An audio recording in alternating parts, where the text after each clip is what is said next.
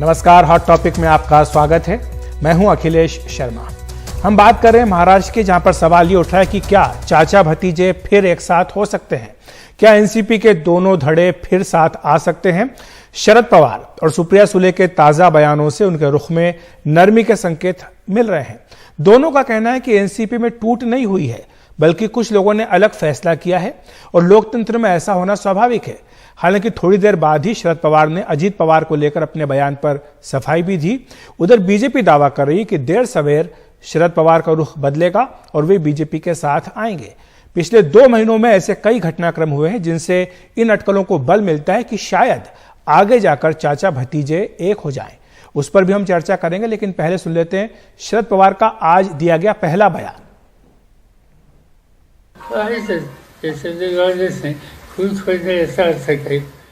हाँ, वो हमारे ही नेता हैं। पार्टी के 2 गुट तब होते हैं जब पार्टी का बड़ा वर्ग पार्टी से अलग हो जाता है। फिलहाल वैसी स्थिति नहीं है। कुछ लोगों ने अलग भूमिका ली है। लोकतंत्र में उनका ये अधिकार है।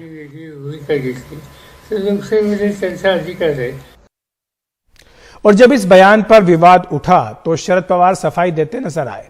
उन्होंने अजीत पवार को दोबारा पार्टी में न लेने की बात भी कही।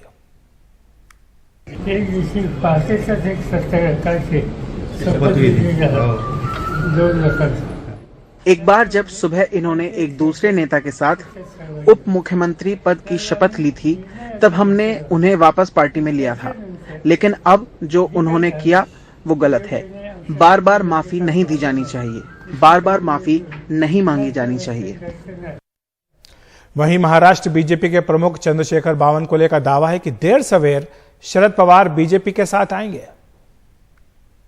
साल भरे में मोदी जी जो काम करने वाले हैं 2024 के चुनाव तक, और आज तक जो काम किया 9 साल, ये देखते हुए माननीय शरद पवार साहब का भी मन परिवर्तन और मत परिवर्तन होगा। और मुझे लगता है कि वो चुनाव तक माननीय मोदी जी के नेतृत्व में आने वाले भारत का निर्माण करने के लिए निश्चित रूप से उनका मन परिवर्तन होगा।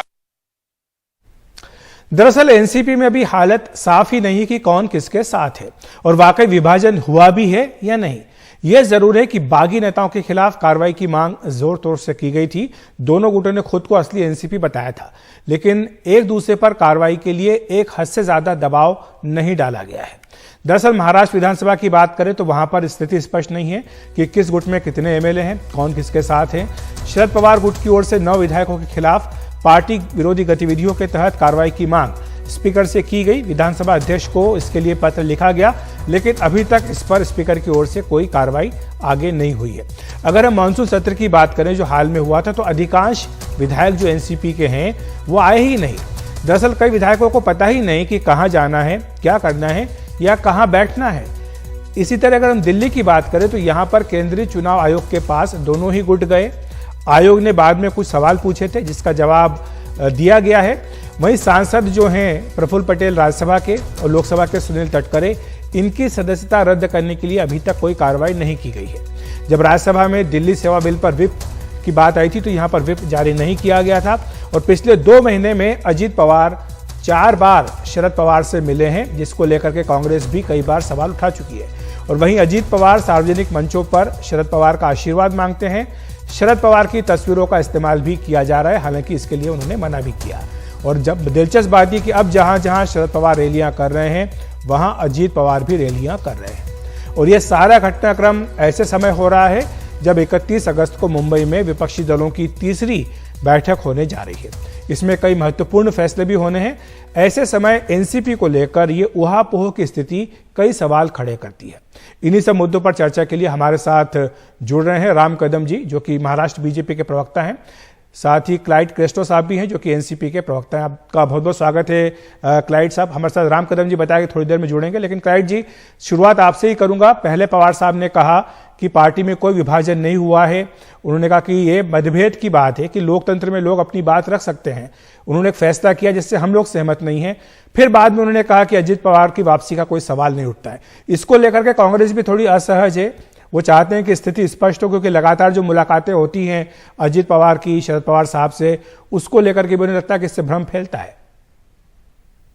देखिए, इसमें भ्रम फैलाने की बात तो आती नहीं है। और जो आदरणीय पवार साहब ने जो कहा है, विभाजन तो हुआ नहीं है। कुछ लोग जो है अलग सोच जो है उनमें आ गई है, वो अलग सोच रहे हैं और हमें छोड़कर गए हैं। पार्टी वही की वही है। हमारे आदरणीय पवार साहब जो है वो हमारे अध्यक्ष है, हमारी राष्ट्रवादी कांग्रेस पार्टी है, हमारा चुनाव चिन्ह घड़ियाल है, वो सब जैसा है वैसे ही रहेगा। कुछ लोगों ने मत परिवर्तन किया, मन परिवर्तन किया, वो चले गए तो उन्हें जाने दीजिए, हम रोक तो नहीं सकते। अगर किसी को जाना है तो जा सकते। तो अजीत दादा पवार जो है अपने कुछ लोगों को लेकर कहीं गए हैं तो वो जा सकते हैं। साहब ने जो पवार साहब ने एकदम स्पष्ट रूप से कहा है कि एक बार हमने माफ कर दिया, फिर से माफ करने की कोई गुंजाइश नहीं, सवाल ही नहीं उठता। और ये एकदम क्लियर है। तो अगर कंफ्यूजन है तो ये कंफ्यूजन लोग जो चुनिंदे लोग हैं वो निर्माण कर रहे हैं। आपने कहा कांग्रेस हो या शिवसेना हो, सब नेताओं से बात होगी, उनके मन में भी कोई ऐसा कंफ्यूजन नहीं है, कुछ नहीं है, वो भी समझते क्या हो रहा है। तो देखिए, बात मैं फिर से दोहराना चाहता हूं, हमारे राष्ट्रवादी कांग्रेस पार्टी के अध्यक्ष आदरणीय शरद पवार साहब है और ये पक्ष कोई विभाजन हुआ नहीं, कुछ लोग छोड़कर चले गए। लेकिन क्रेस्टो साहब, ये सवाल इसलिए उठता है क्योंकि जब लोकतंत्र की बात होती तो यहां पर संख्या वो महत्वपूर्ण होती है और इसलिए विधानसभा हो या फिर लोकसभा राज्यसभा, यहां पर एनसीपी की क्या स्थिति है यह स्पष्ट करना जरूरी है। हमने जो अभी जानकारी दर्शकों के सामने रखी है कि वो चाहे लोकसभा की बात हो चाहे राज्यसभा की बात हो, सदस्यता रद्द करने के लिए चाहे प्रफुल्ल पटेल हो या तटकरे साहब हो, इनकी रद्द करने के लिए कोई कदम उस तरह से नहीं उठाए गए। और दूसरी बात यह भी कि विधानसभा का भी सत्र हुआ, यहां पर अधिकांश विधायक जो आए नहीं क्योंकि उन्हें पता नहीं कि क्या करना है। तो ये जो असमंजस की स्थिति बनी हुई है एनसीपी के भीतर, ये तो एक सवाल खड़ा करती है। नहीं, असमंजस की बात ही नहीं है। देखिए, हमने जो है लोकसभा विधानसभा के जो अध्यक्ष है उनको भी एक पत्र दिया है, डिस्क्वालिफिकेशन करने की बात की है। हमने महाराष्ट्र विधानसभा के भी अध्यक्ष जो स्पीकर है उनको भी पत्र दिया है, डिस्क्वालिफिकेशन की बात की है।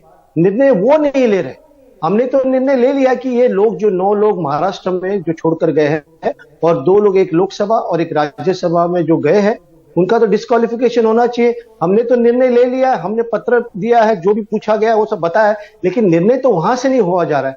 तो सवाल ये उठता है कि वो निर्णय नहीं लेने जा रहे क्योंकि ये उनके साथ है, तो हमने तो उनको निकाल दिया है। हमने तो कहा है कि भाई हमारे साथ। दिल्ली सेवा बिल पर जब राज्यसभा में वोटिंग की बात आई थी क्रेस्टो साहब, तो व्हिप इशू नहीं किया एनसीपी ने। अगर व्हिप होता तो आप प्रफुल्ल पटेल को बाध्य कर सकते थे खिलाफ वोट डालने के लिए, और वो नहीं डालते तो आप उनको डिस्क्वालिफिकेशन के लिए शिकायत कर सकते थे। नहीं, तो हमने तो शिकायत की है ना, वो तो मान ही नहीं रहे। और हमने कहा था कि सब लोगों को आना है। आप देखिए, आपने जिक्र किया कि मुंबई में 31 अगस्त और 1 सितंबर को जो इंडिया की मीटिंग हो रही है, रोज हमारी जो है मीटिंगें हो रही है, रोज हम साथ में बैठकर निर्णय ले रहे, तीनों पार्टी, शिवसेना उद्धव बाला साहब ठाकरे की जो पार्टी है, कांग्रेस है, हम रोज बैठकर सब मीटिंग। आदरणीय पवार साहब परसों वहां पर थे, उन्होंने खुद ने जायजा लिया कि कैसे मीटिंग होगा, क्या होने वाला है। उद्धव ठाकरे जी थे और कांग्रेस के नेता लोग थे। तो ये इंडिया का जो ग्रुप है वो मिलकर तो काम कर ही रहा है। तो अगर कोई कंफ्यूजन है तो उनके माइंड में। और एक बात आपको मैं कहना चाहता हूं कि आपने कहा कि कुछ लोग जो है विधान भवन में जो विधायक थे वो आए नहीं। देखिए, चैलेंज किसने दिया था और किसने कहा था कि हमारे पास 42 विधायक है और 50 विधायक की संख्या दे रहे थे। संख्या तो अजीत दादा पवार साहब के ग्रुप ने दिया, आदरणीय प्रफुल्ल पटेल साहब ने दिया था, क्योंकि उन्होंने जो अगर दिया है, ये संख्या बताई है, तो उनके साथ लोग रहने चाहिए थे। कहां है? उनके साथ कोई है ही नहीं, वो नंबर दिखाई नहीं पा रहे वो। लेकिन क्रेस्टो साहब, इस बीच आप अभी हमने सुनवाया आपको जो बीजेपी के अध्यक्ष हैं राज्य के, उनका बयान, वो ये कह रहे हैं कि देर सवेर, आज नहीं तो कल, शरद पवार साहब जो है वो भी बीजेपी के साथ आ जाएंगे। तो यानी बीजेपी भी नजर रखे हुए है, कोशिश जारी रखे हुए है। देखिए, वो उनका एक व्यक्तिगत मत है, वो कह रहे हैं, उनको हक है कहने का, जो कहना है वो तो कुछ भी कहेंगे। तो उसका मतलब ये नहीं कि वो 100% सच है। वो कोशिश करने दीजिए, कुछ होने वाला है। देखिए, आप अगर ध्यान से, आदरणीय पवार साहब जो है उन्होंने जो सभाएं लिए, थोड़े दिन पहले बीड़ में उन्होंने बात की, आज कोल्हापुर में सभा चालू है, महाराष्ट्र का दौरा कर रहे हैं, और उन्होंने एक स्पष्ट रूप से with a very clear mind कहा है कि हमें बीजेपी का विरोध करना है। हम इंडिया ग्रुप जो है, अलायंस है, महाराष्ट्र में शिवसेना और कांग्रेस के साथ मिलकर बीजेपी के साथ हम लड़ेंगे, और ये उन्होंने क्लियर कहा है। तो कहीं ना कहीं बीजेपी को भी डर लग रहा है, तो वो इस तरह की बातें करके कंफ्यूजन निर्माण करे, संभ्रम निर्माण करे, ताकि लोगों को लगे कि भाई आने वाले, ऐसा कुछ होने वाला नहीं है। आज भी 2 प्रेस कॉन्फ्रेंस हुए, उनमें क्लियर कट पवार साहब ने कहा है कि हमें बीजेपी के खिलाफ लड़ना है। आने वाले सब चुनावों में हम बीजेपी के खिलाफ लड़ेंगे। लेकिन क्रेस्टो साहब, ये भी एक सवाल उठ रहा है कि जिस तरह से पिछले 2 महीनों में अजीत पवार साहब की शरद पवार जी से 4 बार मुलाकात हुई है, और इस मुलाकात को लेकर के आप जानते ही हैं, आप तो मुंबई में हैं, कि किस तरह से कांग्रेस पार्टी थोड़ी सी असहज थी, कहा कि स्थिति स्पष्ट होनी चाहिए। यहां तक कि एक जो पूर्व मुख्यमंत्री, उनका तो यहां तक बयान आ गया था कि देखिए ये सब तो आगे की तैयारियां हो रही हैं, मंत्रालय बंट रहे हैं, नीति आयोग की बात हो रही है, तो ये सब भी तो दिक्कतें आ रही हैं। देखिए, आप ध्यान से सुनिए, यहां पर एक कहते हैं ना कि एक भतीजा है और एक चाचा है। भतीजे को चाचा को मिलना है तो कभी मिल सकता है, आज भी हम कह रहे हैं मिल सकते हैं, लेकिन ये मीटिंग क्या हुई? वो खुद सामने से वहां गए, उन्होंने मिलने की कोशिश की, बात हुई, ये मिल सकते। लेकिन उसके बाद पवार साहब ने, शरद पवार साहब ने लोगों के सामने, प्रेस के सामने ये बात जाहिर की और कहा कि राजनीतिक कोई बातें नहीं हुई, कुछ कुटुंब के जो कुछ शादी है तरह से। जी, लगता है क्रेस्टो साहब से हमारा संपर्क टूट गया है। बहरहाल जो बातचीत हुई इसके लिए शुक्रिया आपका क्रेस्टो साहब, अगर आप मुझे सुन पा रहे हैं। और हम हॉट टॉपिक में एक ब्रेक ले रहे हैं, क्योंकि बड़ी दिलचस्प बात ये आ रही थी कि बार बार जो बयान आ रहे हैं इसको लेकर के कांग्रेस पार्टी हो, चाहे शिवसेना, उद्धव बाला साहब ठाकरे ग्रुप हो, दोनों की ओर से कई बार कुछ शंकाएं जरूर व्यक्त की गई थी। तो बाद में जो आज दोपहर में पवार साहब का बयान है, शायद उसके बाद इस भ्रम को दूर करने का उनकी ओर से प्रयास जरूर किया गया है। वक्त एक ब्रेक का।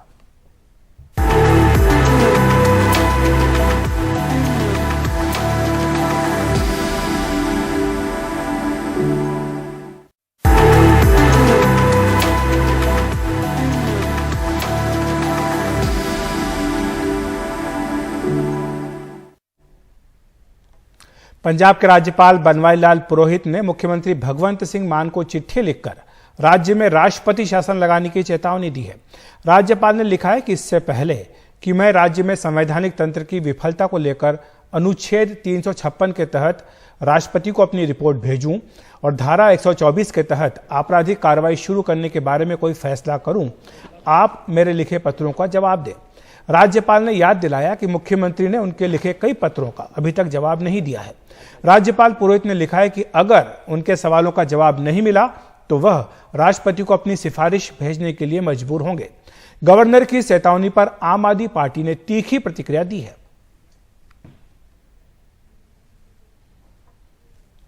पंजाब सरकार कॉन्स्टिट्यूशनल फ्रेमवर्क के अंडर और जो संविधान के उनको ताकत दी उसमें रहकर काम कर रही है। गवर्नर साहब का एक ही एजेंडा है कि भाजपा के जो एंटी जहां जहां नॉन बीजेपी रूल्ड गवर्नमेंट है वहां इलेक्टेड सरकारों को परेशान कैसे करना है, उसी एजेंडे को जो है गवर्नर साहब आगे बढ़ा रहे हैं। गवर्नर साहब को हम वार्निंग करना चाहते हैं, आप इस तरीके से चुनी हुई सरकारों के काम में दखलंदाजी ना दें।